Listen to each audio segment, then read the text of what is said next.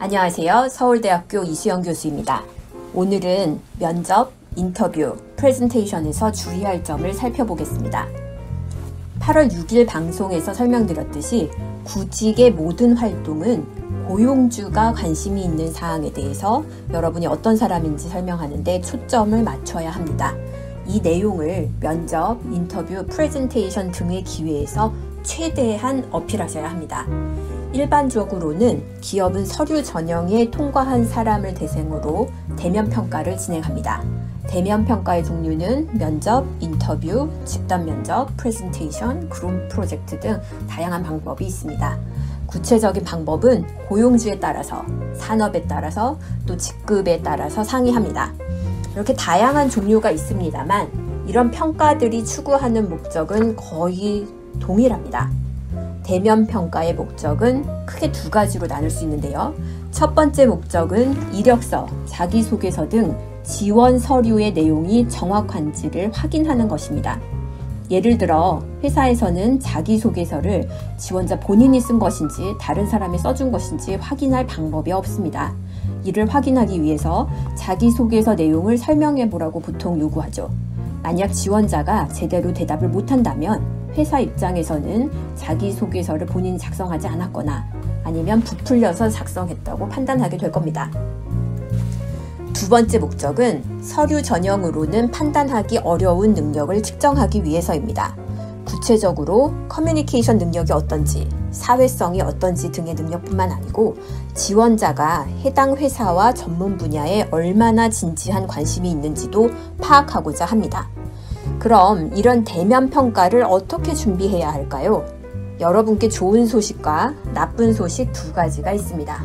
Good news는 지원자 본인이 사실에 기초해서 설명을 하면 되기 때문에 크게 이렇게 걱정하실 필요는 없다는 겁니다.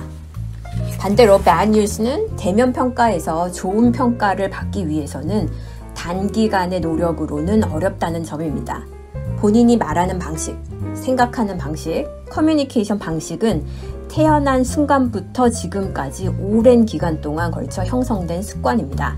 만약 본인이 주위 사람들로부터 설명을 잘한다, 명쾌하다, 말을 잘한다 같은 평가를 듣는 사람이라면 문제가 없습니다만 반대로 그런 평가를 받지 못하시는 분들이라면 각고의 노력과 시간 투입이 없으면 개선되기가 어렵습니다. 대면 평가는 기본적으로 말을 매개로 이루어집니다. 즉 말을 잘해야 된다는 의미죠.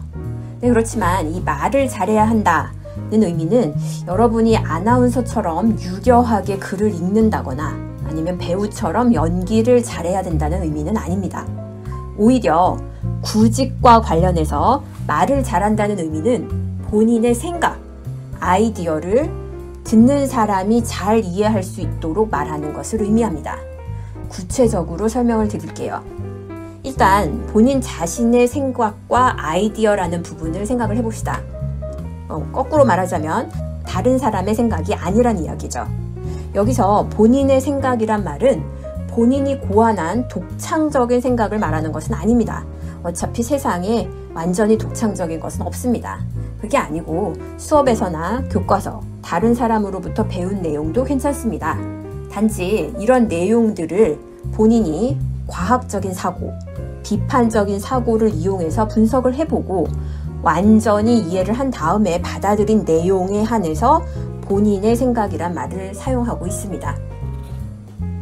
예를 들어 본인 스스로 증거를 수집하고 데이터를 찾아보고 관련된 자료를 종합해서 분석한 결과 내용이 맞다고 확인된 내용에 대해서 말씀을 하셔야 됩니다. 즉, 본인이 말하는 내용이 본인의 인생을 걸 만큼 신뢰할 수 있는지 확신이 든 상황의 내용을 설명하셔야 합니다. 다음으로 본인의 설명에 있어서 일관성이 있어야 되고 논리적이어야 합니다. 예를 들어 IT 기업에 입사하고 싶다라고 자기소개서에 썼다면 본인의 전공, 수강 신청, 자원봉사, 인턴, 프로젝트 등 모든 활동들을 설명할 때 IT 분야에 직접적으로 적용이 된다는 점을 일관적으로 강조하셔야 됩니다.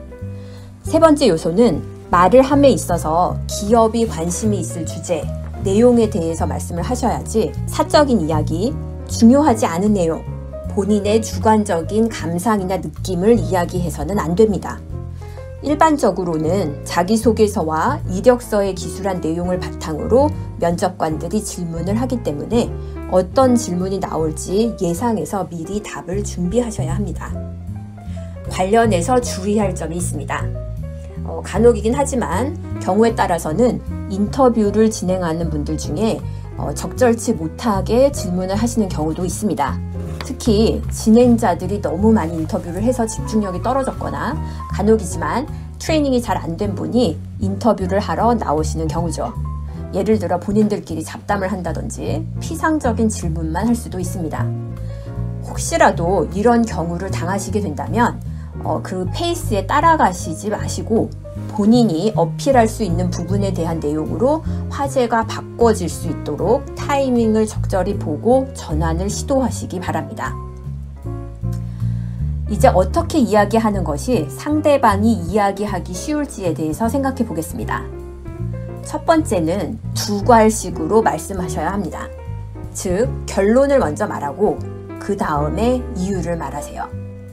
제가 한국에서 학생들을 굉장히 여러 명 상담을 해보면 기본적으로 말하는 패턴이 배경 설명을 오랫동안 설명한 다음에 마지막에 결론이 안 나오는 경우가 아니면 결론이 굉장히 늦게 나오는 경우가 많습니다.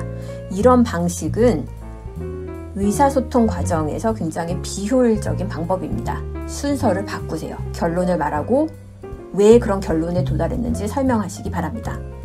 두 번째는 6하 원칙에 따라서 문장을 구성하시기 바랍니다. 관련해서 제가 한국 학생들과 면담하면서 공통적으로 보는 문제가 두 가지가 있습니다. 하나는 문장에서 주어와 목적어가 분명히 나오지 않는다는 점입니다. 이거는 굉장히 흥미롭게 제가 발견한 부분인데요. 일상생활에서 여러분들이 친구들이나 아니면 부모님과 이야기를 하는 내용을 한 3분 정도 녹음해 보시기 바랍니다. 한국어에서는 주어가 대부분 나오지 않습니다.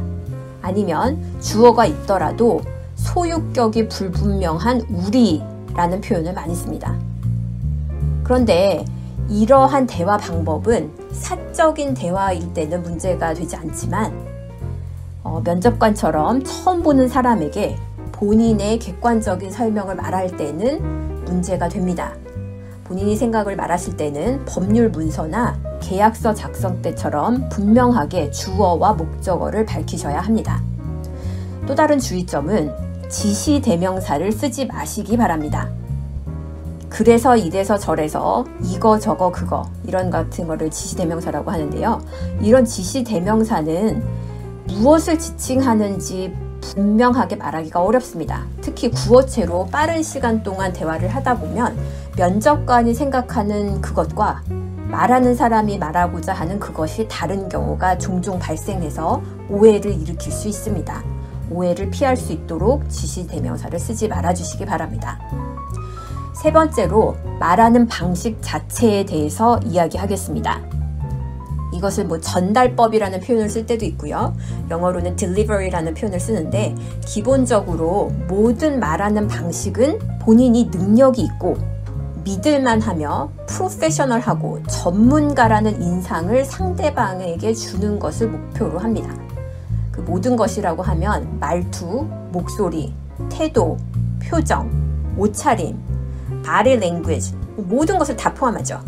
이 모든 퍼포먼스 자체가 듣는 사람으로 하여금 믿을만하고 똑똑하고 능력이 있어서 채용하고 싶다라는 인상을 주시면 성공하신 겁니다.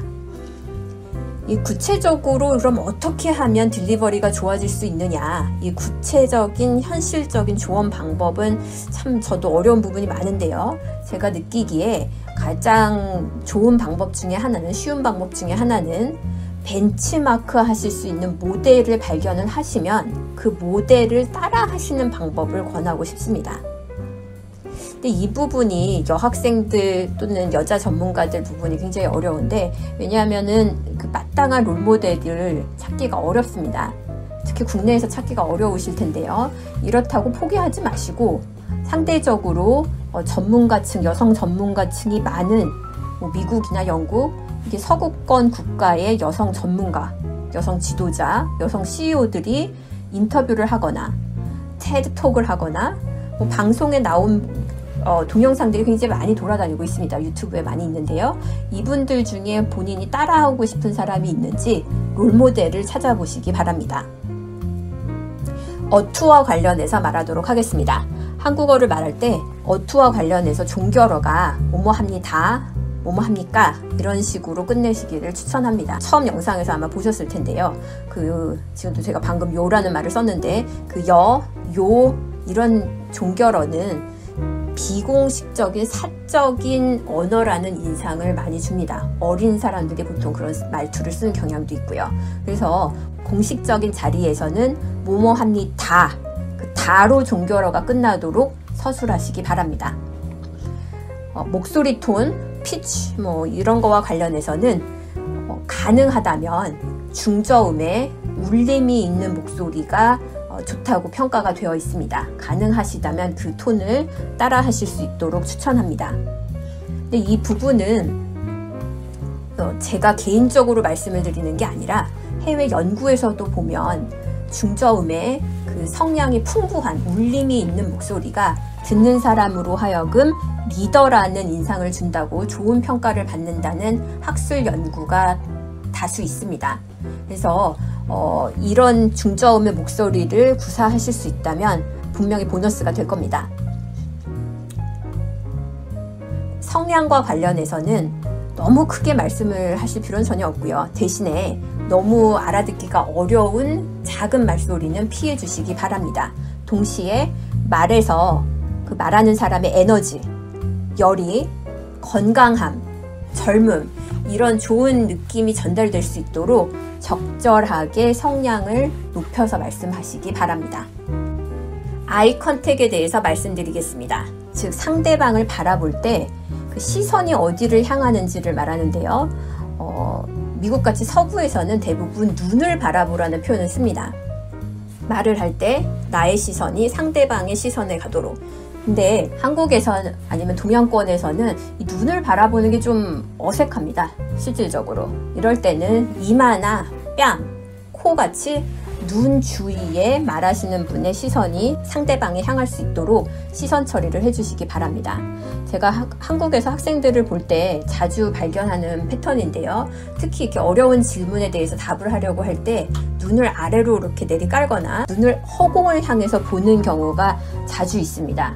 생각하기 때문에 시선 처리가 동시에 진행이 안 되는 경우인데 그럼에도 불구하고 이 시선을 상대방 듣는 사람의 시선에서 피하는 방식은 기본적으로 상대방으로 하여금 말하는 분이 자신감이 없다, 진정성이 없다, 똑똑하지 않다 이런 좋지 않은 인상을 줍니다. 반드시 주의하시기 바랍니다. 마지막으로 표정입니다. 표정 참 어려운데요. 기본적으로 자연스럽게 하시면 좋을 것 같습니다. 과도하게 긴장한 모습을 보여주시면 당연히 자신감이 없는 사람처럼 보이고요. 또 반대로 과도하게 막 웃으려고 하고 발랄하게 보이려는 친구들도 가끔 제가 보는데 이런 경우는 이 자리가 얼마나 중요한 자리인지 인식을 못하고 진중하지 못한 것 같은 인상을 주기도 합니다. 그래서 어색한 상황에서 뭐 웃는다든지 뭐 심각한 상황인 캐주얼하게 보인다든지 이런 식의 행동을 하지 마시고 자연스럽게 행동을 하시면 좋을 것 같습니다. 관련해서 만약 본인이 실수를 했거나 착각해서 말을 잘못한 경우가 있다면 어색하게 웃고 그러지 마시고요. 실수가 있어서 착각을 해서 제가 이 부분을 고치고 다시 말씀드리겠습니다 라고 말씀을 하셔도 전혀 문제가 되지 않습니다. 오히려 본인이 잘못한 걸 인정하고 배울 줄 아는구나 라는 좋은 인상도 줄 수 있습니다. 다음으로 발표, 프레젠테이션에 대해서 이야기하겠습니다. 이 형식은 신입보다는 경력직, 그리고 업종과 관련해서는 연구와 관련된 직종에서 주로 사용이 되는 방식입니다. 일반적으로는 면접을 통과한 지원자들에게 추가적으로 요구하는 방식입니다. 예를 들어서 본인이 진행한 연구 논문에 대해서 발표를 하기를 요청을 받는다든지 아니면 본인이 진행했던 프로젝트에 대해서 설명을 한다든지 이런 형식이 많습니다. 연구 논문을 발표한다는 가정하에서 설명을 드리자면 일단 어떤 내용을 발표하는지, 즉 연구 주제를 구체적으로 설명하시고요. 그 주제가 왜 중요한지, 어떤 데이터와 방법론을 사용했는지, 기존 연구들에 비해서 본인의 연구가 어떠한 장점, 새로운 점이 있는지, 그리고 제일 마지막으로 아주 중요한데 해당 기업, 조직, 포지션에서 그 본인의 연구가 어떻게 도움이 되는지를 설명하셔야 합니다. 마지막으로 발표하는 방법과 관련해서 한 가지 더 첨언을 드리자면 발표 시간을 반드시 준수하셔야 됩니다.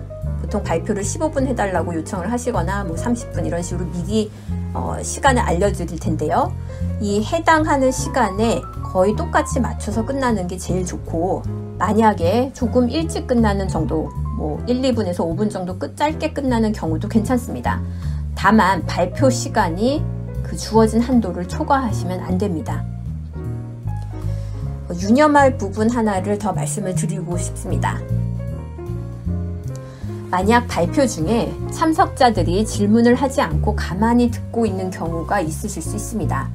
이런 경우가 만약 발생한다면 굉장히 나쁜 조짐입니다. 기본적으로 질문을 한다는 것 자체가 참석자들이 본인의 이야기에 관심이 있다는 증거이기 때문이죠. 만약에 참석자들이 워밍업이 좀 안 돼서 질문을 아직 잘 하려는 준비 태세가 되지 않은 경우라면 본인이 미리 질문을 좀 생각을 하셔갖고 참석자들의 참여를 이끌어내는 것도 아주 좋은 방법입니다. 마지막으로 주의하실 점은 그 발표 설명을 하실 때 본인 분야의 전문가가 아니지만 일반적인 상식을 가진 사람들이 이해할 수 있는 수준, 이해할 수 있는 방식으로 설명을 하셔야 됩니다.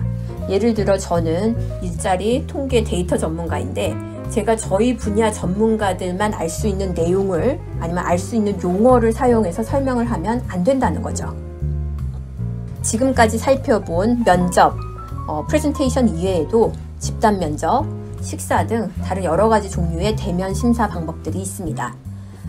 이런 다른 방법들은 대부분은 그 집단 내에 어떻게 인간관계를 이끌어내는지, 이른바 그룹 다이내믹스라고 하는데, 이 그룹 다이내믹스가 어떻게 형성이 되는지를 관찰하는데 혹은 사회성이 어떤지를 살펴보는데 종종 사용이 됩니다.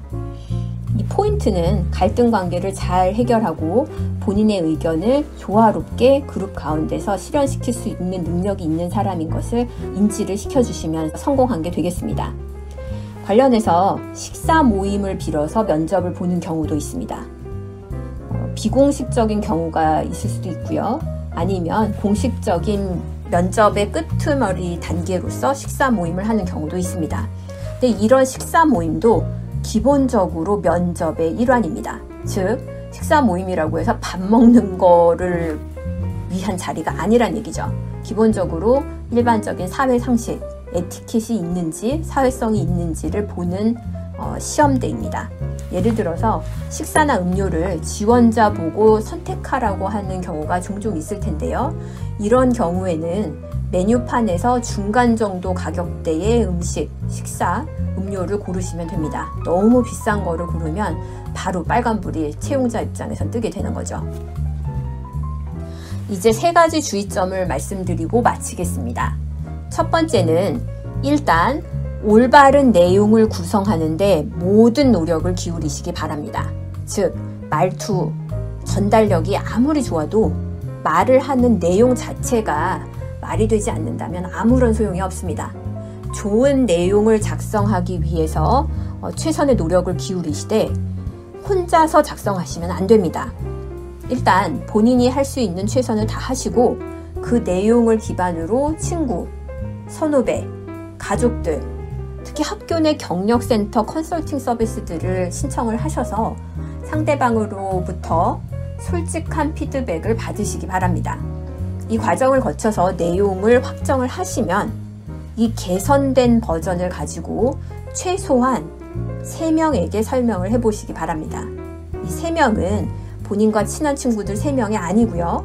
가능한 한 본인과 연령, 성장 환경, 대학 전공 등 여러 가지 분야에서 상위 한 분, 3분을 고르시기 바랍니다. 본인의 설명이 본인과 성장 환경의 연령이 전공이 굉장히 다른 3명에 대해서도 잘 이해를 시킬 수 있는 버전으로 마련이 되면 성공하신 겁니다. 근데 만약에 이 경우에 따라서 3명 중에 어떤 분 아니면 혹은 3명 모두가 본인의 설명을 듣고 이해를 못하겠다라는 반응이 나온다면 그 이해가 못하겠다는 부분이 어떤 부분이 이해가 안 되는지를 물어보시고 그 해당 부분을 보완하셔야 합니다. 두 번째는 본인이 말할 내용, 예상 질문에 대한 답변 등 모든 내용을 대본으로 작성하시고 연습하시기 바랍니다. 그때그때 질문을 받고 생각해서 간결하게 분명한 대답을 하는 것은 실질적으로는 불가능합니다. 이른바 연설의 달인이라는 스티브 잡스도 그 프레젠테이션을 하기 전에 정말로 여러 번 모의 연습을 한다고 알고 있습니다.